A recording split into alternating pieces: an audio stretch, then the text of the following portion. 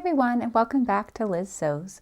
Today is the next video in my pattern fitting series where I go through the steps that I take personally to get different patterns to fit myself. Now, I'm not saying that all of these adjustments that I'm making that you're necessarily going to need to make, but hopefully it gives you an idea of the process behind pattern fitting, and maybe you get some information that you can take and use along for yourself. So today's video, we're going to be focusing on the Marlborough bra pattern from Orange Lingerie. This pattern already has a tutorial up on my channel, and I can link the playlist up there in the iCards.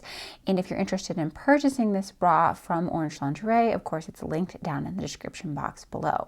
So looking at the line drawing of the Marlborough here, the major things that we're going to be focusing on is how to reconcile the fact that my bust or my cup volume is much smaller than my wire would indicate. So I use a size 40 wire, but I tend to use a cup volume that's equivalent to a 36 wire. So we're going to explore how to sort of reconcile those differences there. And then some other things that we're going to touch on are lengthening the bottom just a little bit to accommodate a wider elastic. And I'm also going to look at the width of my bridge as well as some adjustments to my back band. So let's get started. So the first thing that I want to do is print out the bridge and frame pieces that correspond with my wire. So my preferred wire is a size 40 wire. So this one right here is a 40 wire from Bra Makery, and I believe it's the R2. I have a video on my channel where I compare different companies' wires, and the R2 wire is comparable to the orange wire from Emerald Erin and the regular wire from Bra Maker's Supply and the regular wire from Porcelain in terms of shape and size. So I can use any of those wires in my pattern that I have fitted to this wire. So I want to print out the bridge and cradle that correspond with that wire. So 40 wire, I'm going to print out a 38C. I know that I'm a 38 band in the pattern, so I'm just sticking with the same band size, but moving up to the cup size that works with my wire. So now I have my bridge and frame printed out in that 38C.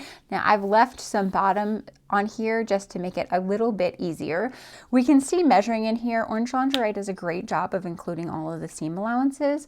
And so you can see measuring on here that even without looking at the instructions, I can tell that the bottom band is designed for a 1/2 inch elastic.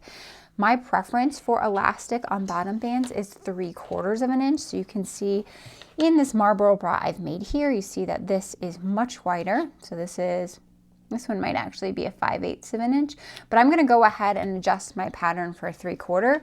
And then it's always easier to take away material down the road. So all I need to do to adjust this for 3/4 inch is add an extra quarter just along the bottom line here and here.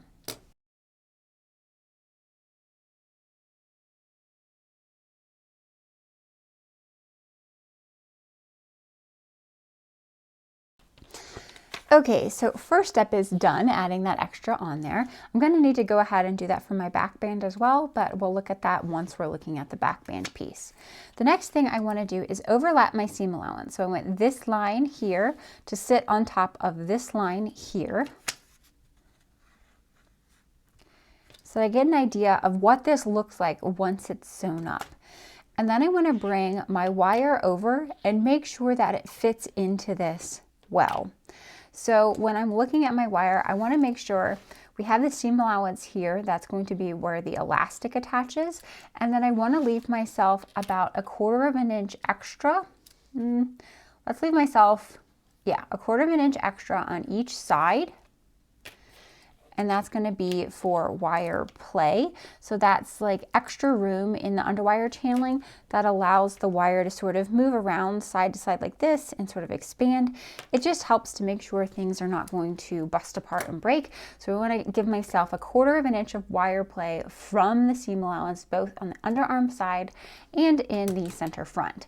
And then I'm going to walk my wire along this just to make sure that I have enough room for my wire in here. So I'm going to tape these guys together really fast so it stops moving around on me.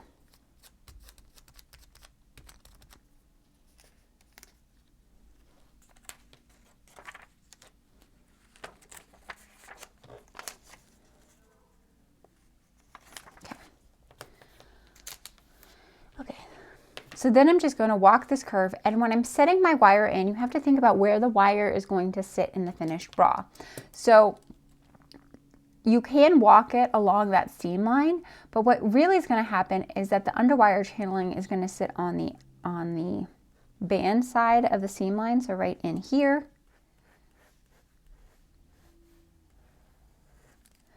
So that's where I want to walk the wire from. So I'm going to align it with my wire play marking that I put here and just walk along to make sure that I have enough space. Now this pattern is designed for regular wires, so it should work out pretty well. It looks like I might need, like 1/8 of an inch extra. So walking it from this side to this side, just double checking again. Yeah, I'm going to give myself 1/8 of an inch extra, and then deciding where it is that I want to put that extra. First, I need to find the balance point of my wire. So the balance point of your wire is sort of like the lowest point. So I'm going to mark that in. So I marked the balance point of my wire on there, and I'm also going to align that. Let's see, where's the balance point of this cup? I think it's right about here. So the lowest point of the cup. So that tells me where it is I need to add my extra length. So walking along the wire here, yeah, I need to add it to the top of the bridge here, and I just need to add in about 1/8 of an inch. So I'm going to tape a piece of fabric up along the top, like so. And then I'm going to measure up 1/8 of an inch.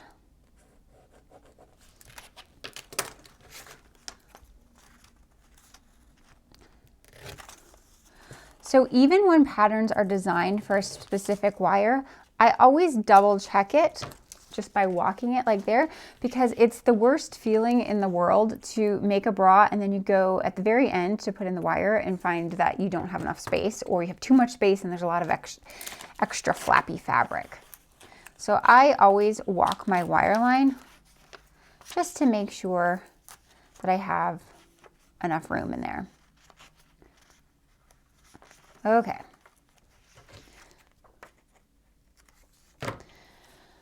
So all I needed to do was add a little bit up on the top of that one. And then the next thing I want to look at is the width of my bridge. So I know from making bras and stuff like that, that my preferred finished bridge width is about 1 inch. And if I measure in here, what am I getting? I'm getting 3/4 of an inch. So I need to widen my bridge by 1/4 of an inch. So what I'm going to do is draw a vertical line through my bridge, and I'm going to try to get it down through the center of the bridge like this.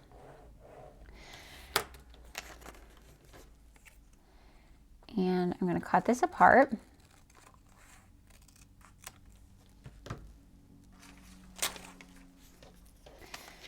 I'm going to add a piece of paper into the middle.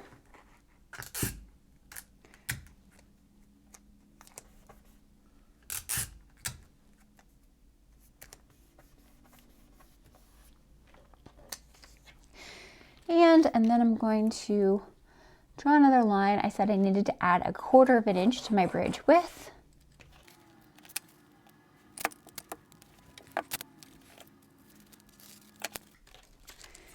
And now we have the bridge finished. So if you are, so as I had said, on me, I always tend to need to widen my bridge width. But if you're somebody who you're a very close set, you might need to narrow it, and it's the same method. You're going to cut it apart there and just overlap the pieces.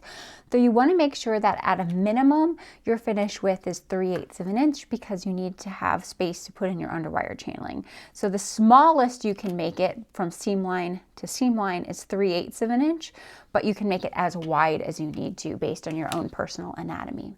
So These are all alterations that I would do before I've even made the bra up for a first time. There's no need to make a bra up when I know that I need this to be 1 inch wide. So I'm going to make that alteration before sewing anything. And I'm also going to make these alterations for wires before I've sewn anything up, because I know that this is the wire that I need to make the bra fit me. So bridge, let's see, I extended it down and I widened it, and I made sure I added the extra little bit at the top for my wire. And I don't really need to make any further changes to the frame other than adding that extra length down at the bottom for the size of elastic that I really like to use. And then the last part of the band that I'm going to look at right now is the back band piece. So I went ahead and I printed out the 38C, that's the one that corresponds with my wire, but I also printed out my 38A, and this is going to be the one that corresponds with my cup. And I just want to look at these two, and when I look at them, I see that the 38A is significantly longer. Now I know from sewing orange lingerie patterns that they tend to sew up a little tight on me. And so what I'm going to do is I'm going to go ahead and use this 38A one, which is longer, because that I can always trim it down after I've made the bra, but I can't add more fabric onto something like this if I sew it up and it's too tight. So I always like to err on the side of making my back band too long, because that's an easy alteration to make after the bra's already been constructed. So I'm going to use my 38A back band. Again, we can overlap the seam allowance on this one with the seam allowance on this one, because we need to figure out how long to make it. And it looks like we do need to add a decent amount. Okay, so it looks like we need to add about 5/8 of an inch to the bottom of this one so that it aligns with the side seam of my front cradle piece.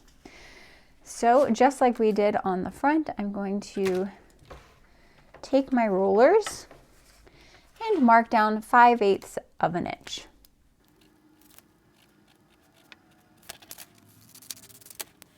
And that is the back band piece.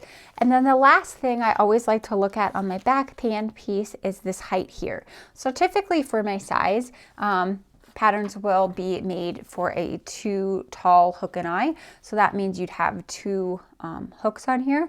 But my preference, so just when I'm making things, I always prefer using a 3 tall hook and eye. So sometimes I might need to make an adjustment for that. So if I'm looking on here, I know that my underband elastic takes up 3/4 of an inch. So this is my new seam allowance spot. And so I need to see that if that distance is tall enough for my hook and eye. And actually, it looks like I need to make this just a little bit taller, this scoop here, so that when I go to put in my hook and eye, I have enough space in that, because if the band is too short on here, then you'd have like a little jog where your hook and eye ends, and it would scoop down and then back up. So again, this is something where it's always better to err on having too much fabric here, because you can alter it down the road when comes time to use it. But if you don't have enough fabric, then you're kind of SOL. So I'm just going to tape a piece of paper onto there. And I'm going to freehand in a new curve, knowing that I need to make it a little bit higher just to accommodate my hook and eye. So how much higher? That's the bare minimum that I need, but I'm going to give myself just a little bit more than that, because it's something that I can always trim down later. So that's my new scoop on the back. Again, these are all alterations that I would make before sewing the bra for the first time, because I already know what it is I like. There's no point in making up a bra that doesn't have those features. So now we have adjusted our back band, our side frame, and our bridge for the Marlborough bra. We can start taking a look at the cut pieces. So I've printed out the 3 pattern pieces that correspond to my size measurements. So according to my measurements, I'm a 38A, even though I like the wire of a 38C. So these are my 3 cut pieces for the 38A. First thing I need to do is identify which areas are going to be touching the wire line. So in this case, you're touching the wire line along this arc there on the power bar. Let me change over to a different pen. So this arc on the power bar, you're going to touch the wire line down here on this lower cut piece, and then this just one side of the upper cut piece. So those are the areas where I'm going to need to alter my cut piece patterns to work with my new wire. So if you watched my Fenway fitting video, I used a method where I overlaid the two sizes on top of each other and I sort of graded in between those. For this bra, I actually used a different methodology and it worked out pretty well. So I thought it would be interesting to show you a different way of sort of like reconciling those differences between your cup and your wire. So now that I have identified the areas that we need to look at for improvement, so that's going to be this area right here. We need to look at this area right here. That's going to touch the wire line. And this area right here is touching the wire line. So I'm going to bring my adjusted frame back up, and I've overlapped my seam allowances so that it's sitting how it would be when it's sewn. And I can see that I do have a notch mark right here, and that notch mark should coincide with where the lower cut piece attaches to the power bar piece. So now I can take my power bar and I'm going to overlap my seam allowances at that notch mark, and I can walk it around and I can see how much I need to add. So in this case, you see that my power bar is 1/2 inch shorter than my side frame. So for this one, I'm just going to cheat it up about 1/2 inch. So I take a piece of scrap paper and I tape it on.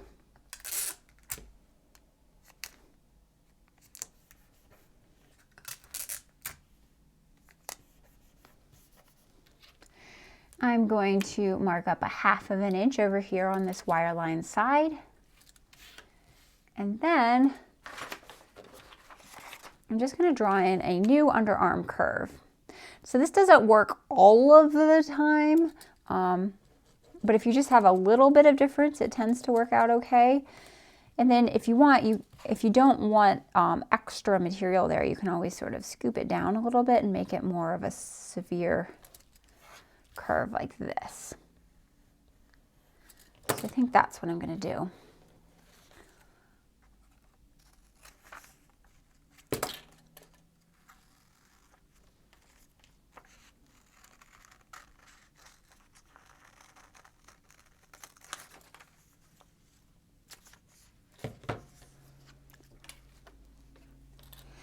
And then once I make those changes, I do want to go ahead and double check that sitting in my frame. So again, aligning this notch mark with the point of my power bar, and then sort of walking it around on the seam allowance.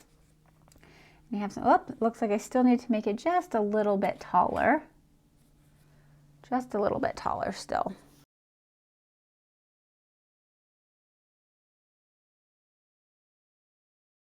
Like so. And then again, I'd like to double check. A lot of this is going to be double checking. And again, aligning the point of the power bar with the notch mark, and then walking it along that seam. And we have something that looks like it'll sort of work continuously into there. So now my power bar piece is finished and adjusted. We can look at my lower cut piece. So we know that this notch mark here corresponds with the connection point of the power bar to the lower band piece or lower cut piece. And then this notch mark here should be where the lower cut piece attaches to the upper cut piece.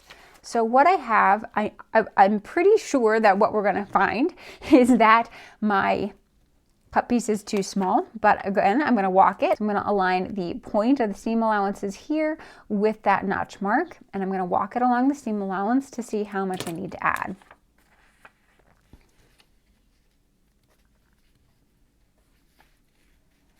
Okay, and then when I look at it, I need to add about just a little bit over 1/4 inch.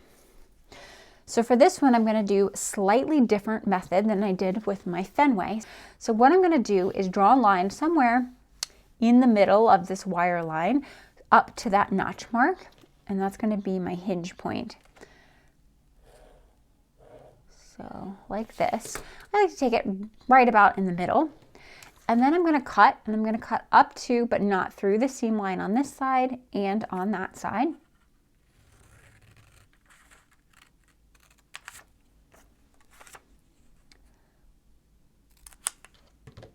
Okay, so it's still attached. It gives me something that I can pivot on, and then I can spread it apart by however much longer I needed to make it.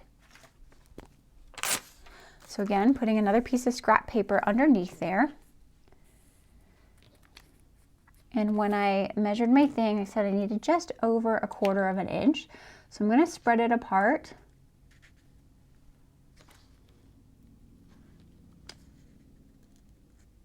By the amount that I needed. Ugh, oh no. So it came apart into 2 pieces, which is fine. You can go ahead and just tape down the one piece.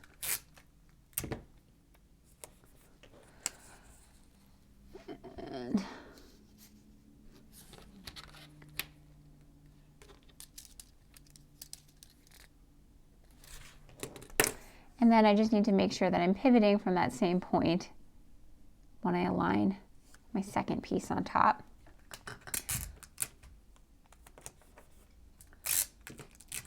Like so. So then we can cut away all of our extra fabric.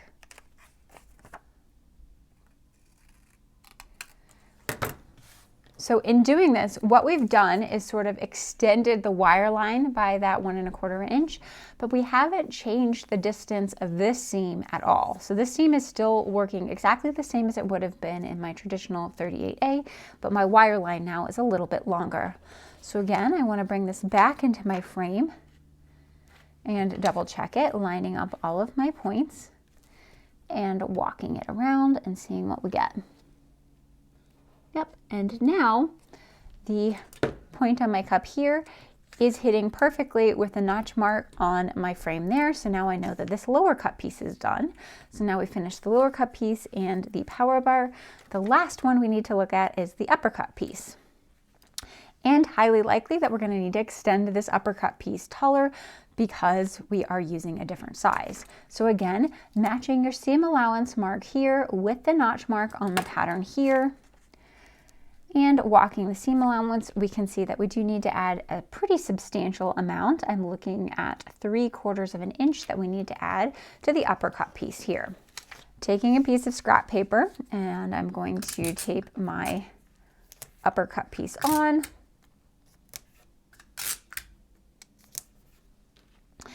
And so I knew that I needed to add 3/4 of an inch up here. But I kind of don't want to change this position at all. So I'm just going to draw a straight line from the corner that we already had to the new position in the center front.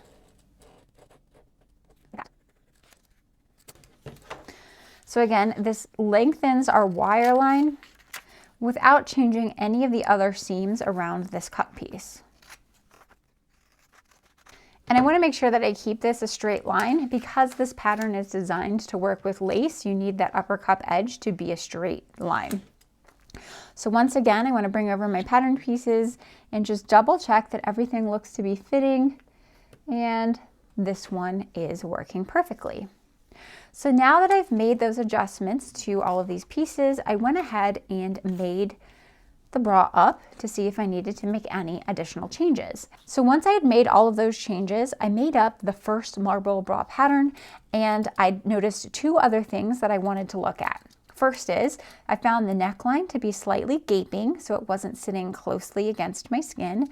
And then I felt like it was a little bit too pointy in this section here. So my bust was coming to a point where I prefer it to be more of a round curve. So those are really easy alterations that we can make to the pattern piece. First, I'm going to look at the neckline edge to prevent any gaping.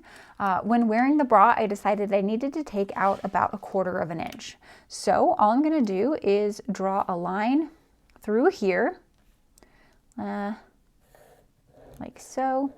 I'm having it correspond with that notch. And we're going to, just like we did for the lower cut piece, we're going to cut to the seam line, but not through, hopefully. so I have something that can pivot. So when we're looking at the lower cut piece, right, I wanted to increase the wire line, so I spread it apart. But for this instance, so I want to decrease my neckline, I'm going to overlap it, and I'm going to overlap it by about 1/4 of an inch, because that's how much I decided I needed to take out, and just tape that into place. And then the last thing you need to do is you will need to true up this edge again, because you want to make sure that it is nice and straight. So I'll put another piece of paper behind it. I do go through a lot of tape, but it's okay. It's not that expensive. And then I can draw a straight line again from my seam allowance there to my point there. And all I'm doing is just re-straightening that neckline, because I want to make sure it's straight so that I can use lace with it. So you can see there's just a teeny tiny little triangle in here where I've added extra material now to make sure that I have them a straight neckline.